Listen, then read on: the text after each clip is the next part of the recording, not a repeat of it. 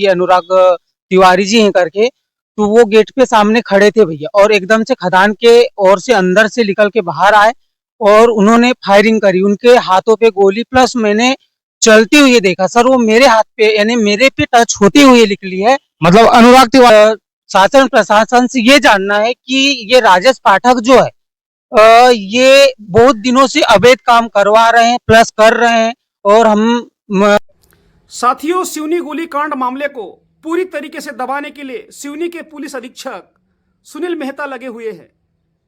और अब नई खबर वहां से आ रही, एक जनचर्चा है वहां पर सिवनी में कि पुलिस अधीक्षक जो है सिवनी के सुनील मेहता, उनको वर्दी की कोई परवाह नहीं है, जिस वर्दी के लिए बहादुर लोग अपनी जान दे देते हैं। उनको कानून की कोई परवाह नहीं है। उन्हें परवाह है तो रेत चोर, रेत माफिया राजेश पाठक और उसके आदमी अनुराग तिवारी को बचाने की। इस पूरे मामले में साजिशकर्ता, षड्यंत्रकर्ता रेत चोर, रेत माफिया राजेश पाठक है, और राजेश पाठक को इसमें जेल में डालना चाहिए, क्योंकि राजेश पाठक के ही आदमी अनुराग तिवारी ने गोली मारी और ठेका भी राजेश पाठक का है। साजिशकर्ता राजेश पाठक है, इसको जेल में डालो। कल यानी दिनांक 20 नवंबर 2025 को सिवनी के एक सच्चे अच्छे पत्रकार बिट्टू भाई जख्म नागपुर में, जहां पर विकास पटले गोली जिस युवक को लगी वो एडमिट है, वहां पर वो गए। वहां पर सिवनी के पुलिस अधीक्षक सुनील मेहता ने 2 पुलिसकर्मी को नियुक्त करके रखा है, और वो परिवार वालों से बात नहीं करने दे रहे हैं, युवक से बात नहीं करने दे रहे हैं। युवक की तो खैर हालत गंभीर है, उसकी मैं बात नहीं करूंगा, मगर परिवार वालों से भी बात नहीं करने दे रहे हैं, और पूरे मामले को वो दबाने की कोशिश कर रहे हैं। और उसमें अपराधी है अनुराग तिवारी, गोली चलाने वाला। अब वो किसी और को अपराधी बनाने के चक्कर में है, और रेत माफिया, रेत चोर राजेश पाठक और उसके आदमी अनुराग तिवारी को बचाने के चक्कर में है। वर्दी जाए तो जाए, वर्दी पे दाग लगे तो लगे। राजेश पाठक, रेत चोर पे दाग नहीं लगना चाहिए, वो जेल नहीं जाना चाहिए। ये लोकतंत्र के लिए बहुत चिंताजनक बात है, और आने वाले समय में अगर ऐसे ही चलता रहा तो और गोली कांड बढ़ेंगे, और विवाद बढ़ेंगे, और कानून व्यवस्था खराब होगी। और ये पूरी कानून व्यवस्था अगर खराब कोई कर रहा है तो वो सिवनी के पुलिस अधीक्षक सुनील मेहता खराब कर रहे हैं।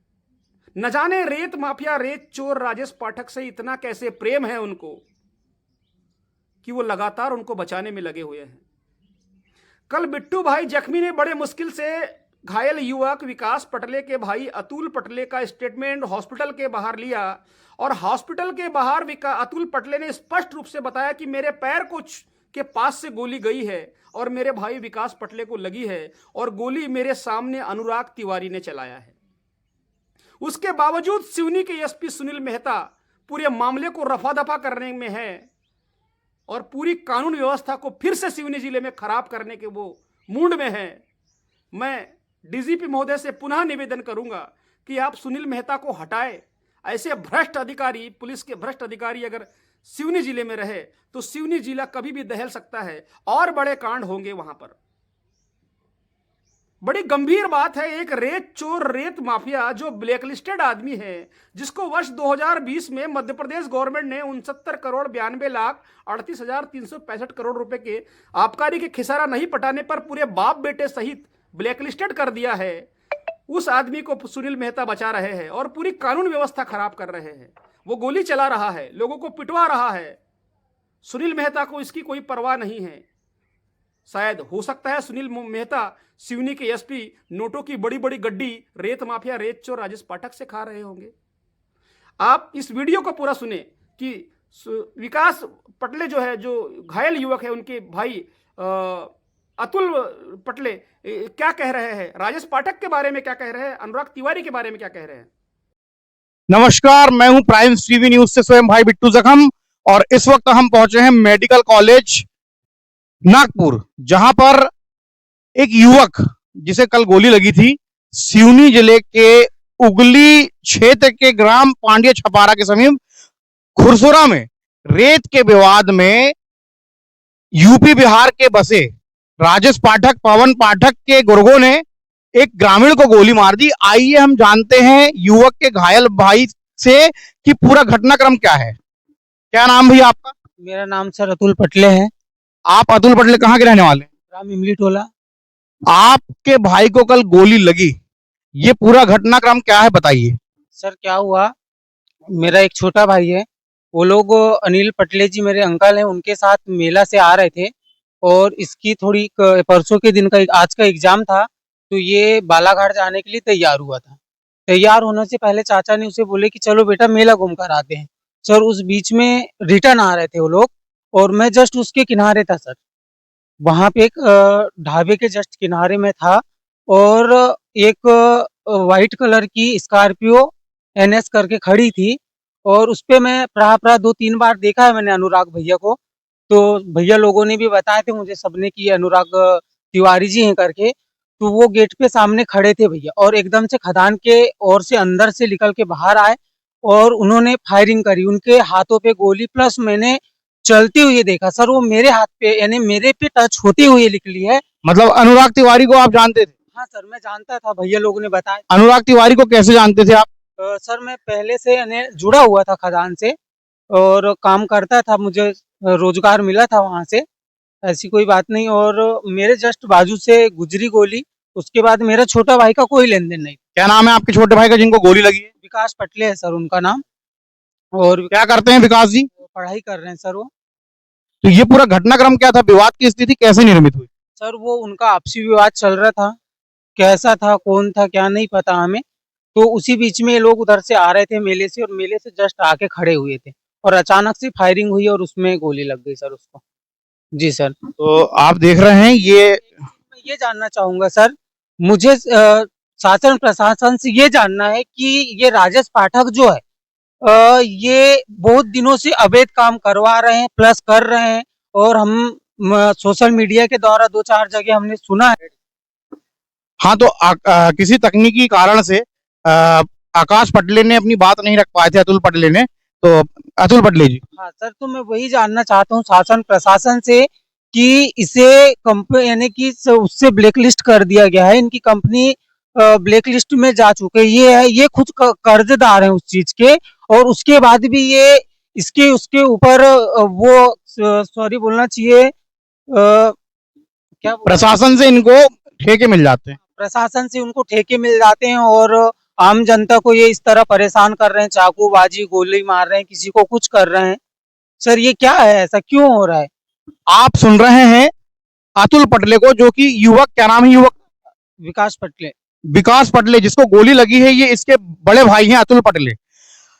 यूपी बिहार के ठेकेदारों की ठेकेदारी तो कम, गुंडागर्दी हमको ज्यादा देखने को मिलती है आए दिन। इसके पहले भी कहते हैं कि बागडोंगरी का एक युवक इनके डंपर में दबकर खत्म हो गया और अनुराग तिवारी को ये जानते थे क्योंकि रेत के खदान से इन ये जुड़े हुए हैं। और आए दिन इनके जो गुर्गे हैं, राजेश पाठक के गुर्गे, ये आए दिन क्षेत्र में अपना भौकाल जमाते हैं और रेत माफिया, जो कि अवैध रेत खनन। हाँ, एक अच्छी चीज और मैं आपसे पूछना चाहूंगा अतुल जी, कि जो अभी खुरसुरा में जिस खदान के कारण ये विवाद हुआ, क्या ये खदान स्वीकृत है? क्योंकि हम सिवनी जिले में, आपको बता दें, सिर्फ 11 खदान स्वीकृत हैं। उस स्वीकृत खदान में उस खुरसुरा का कहीं से कहीं तक नाम नहीं है।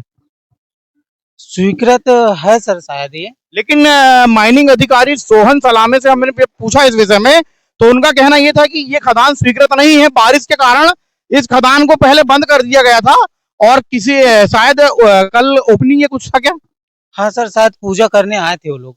और हमारे साथ ग्रामीण जन भी जुड़े हुए हैं। युवक अतुल पटले, क्या नाम है, घायल है जो विकास पटले, जिसको गोली लगी हुई है, उसको लेकर ग्रामवासी अपने बड़े भाई के साथ आए हुए हैं। आइए हम ग्रामीण जनों से भी बात करें। क्या नाम भैया आपका? प्रतीक सातुले। प्रतीक सातुले जी, इस पूरे घटनाक्रम में क्या कहना चाहेंगे आप? प्रशासन ने किस तरह से घायल परिवार को सपोर्ट किया और किस तरह से प्रशासन का इस घटनाक्रम में क्या भूमिका रही प्रशासन की? भाई साहब, शासन प्रशासन यदि हमारी सपोर्ट यदि करता तो यहाँ पे आके वो बयान लेते हैं या कुछ भी नहीं किए। ऊपर से हमारे भाई लोग जो जा रहे हैं उनके ऊपर फालतू में वो इल्जाम लगा रहे हैं, धमकी दे रहे हैं। तो प्रशासन जो है आपको या आपके ग्रामीण क्षेत्र की सुरक्षा के बारे में क्या बात करती है? वो सर बहुत ज्यादा परेशान करते हैं। हर दिन 10-20 गुंडों लेके आते हैं, बस गांव में घूमते रहते हैं, बस तलवार लेके आना, बंदूक दिखाना, ये वो चमकाते रहते हैं बस। देखिए, आप छोटी छोटी बात में फायरिंग या गोली चला देंगे, ये तो एकदम अनैतिक बातें हैं। और ये अनैतिक बातों से प्रशासन मौन है, प्रशासन अंधा है। युधिष्ठिर की तरह सारी चीजें प्रशासन देख रहा है। हम आपको बता दें, हमारे सूत्र तो यहां तक बता रहे हैं कि प्रशासन जो राजेश पाठक जो है, इनको बचाने का प्रयास कर रही है, क्योंकि प्रशासन के जो कर्मचारी हैं उनको अच्छा खासा रकम राजेश पाठक के द्वारा दिया जाता है। क्योंकि इस खदान में जो है राजेश पाठक एक शिकंडी की तरह अपना हक जमाना चाह रहा था, क्योंकि अनुराग तिवारी तो सिर्फ उसका मोहरा है, लेकिन इसमें मेन आरोपी जो है ये राजेश पाठक को बनाना चाहिए। क्योंकि राजेश पाठक के खिलाफ और उनके गुर्गों के खिलाफ लोग क्षेत्र के थाना जाते भी हैं शिकायत पत्र लेकर, लेकिन प्रशासन जो है मुख दर्शक बनकर जो शिकायत करने इनकी जाता है, प्रशासन उन्हीं को गुमराह करके उन्हीं को आरोपी बनाने की धमकी देता है। तो यहां तक खौफ है राजेश पाठक के मनी पावर का। तो आगे की खबरों के लिए आप बने रहें प्राइम्स टीवी न्यूज में। मैं प्राइम्स टीवी न्यूज से स्वयं भाई बिट्टू जखम।